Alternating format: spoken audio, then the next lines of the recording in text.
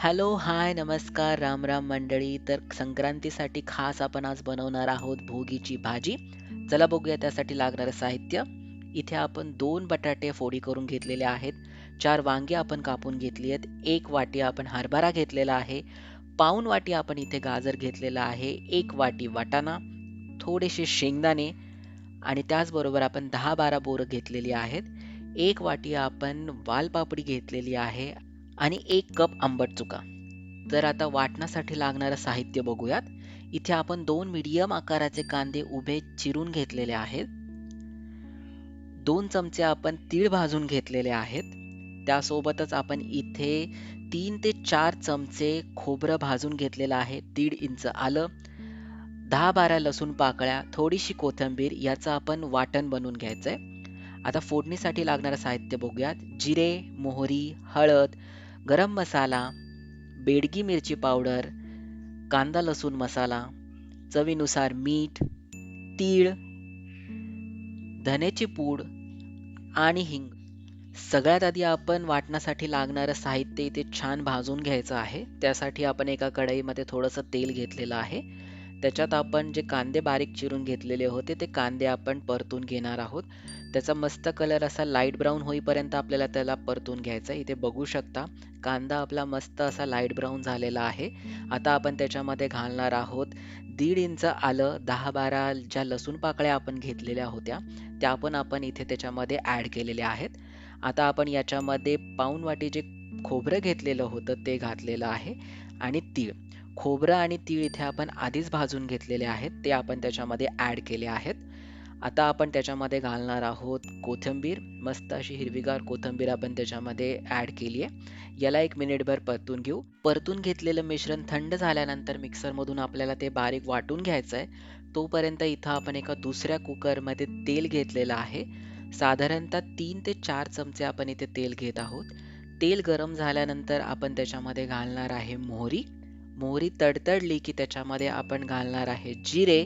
जिरे आणि मोहरी छान फुललेली आहे. आता आपण याच्यामध्ये घालूयात तीळ. संक्रांतीसाठी स्पेशल आपण भाजी बनवतोय तर त्यासाठी तीळ तर आलेच पाहिजेत. त्याच्यानंतर आपण इथे हिंग घेतलेला आहे.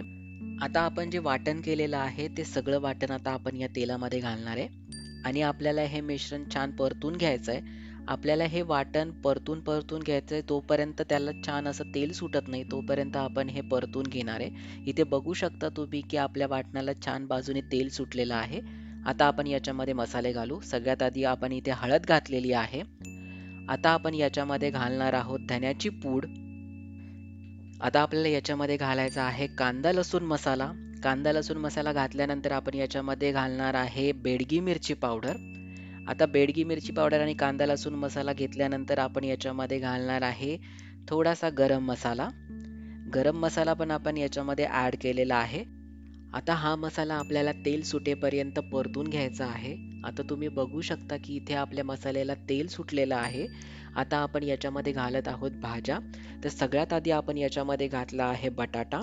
त्याच्यानंतर आपण इथे घालत आहोत वांगी. वांगी घातल्यानंतर आपण इथे घालणार आहोत वाटाणा.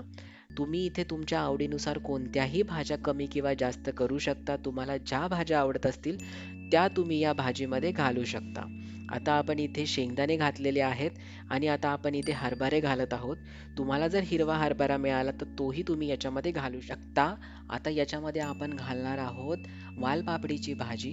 वालपापडीची भाजी घातल्यानंतर आता आपण इथे बोरं घालणार आहोत. जी 10-12 बोरं आपण घेतलेली होती ती 10-12 बोरं आपण या भाजीमध्ये घातलेली आहेत. आता आपण याच्यामध्ये घालूयात आंबट चुक्याची भाजी.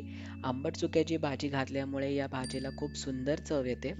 तर तुम्हालाही जर आंबट चुक्याची भाजी मिळाली तर तुम्ही नक्की घाला. आता आपण या सगळ्या भाज्या त्या मसाल्यामध्ये छान परतून घेणार आहोत. साधारण 2 ते 3 मिनिट आपण या भाज्या सगळ्या त्या मसाल्यामध्ये परतून घेतल्यानंतर आता आपण इथे पाणी घेतलेलं आहे. साधारणतः 2 कप पाणी आपण इथे घालत आहोत. भाज्या बुडेल एवढं पाणी आपण इथे घातलेलं आहे. आता याच्यामध्ये आपल्याला चवीनुसार मीठ घालायचं आहे आणि पुन्हा एकदा सगळ्या भाज्या मिक्स करून घ्यायच्या आहेत आणि कुकरला 2 शिट्ट्या करायच्या आहेत. 2 शिट्ट्या केल्यानंतर संक्रांती स्पेशल भोगीची भाजी आपली तयार आहे. तर तुम्हीही नक्की ट्राय करा आणि आम्हालाही सांगा की तुम्हाला ही भाजी कशी वाटली आणि आपल्या चॅनलला लाईक, सबस्क्राईब आणि शेअर करायला विसरू नका.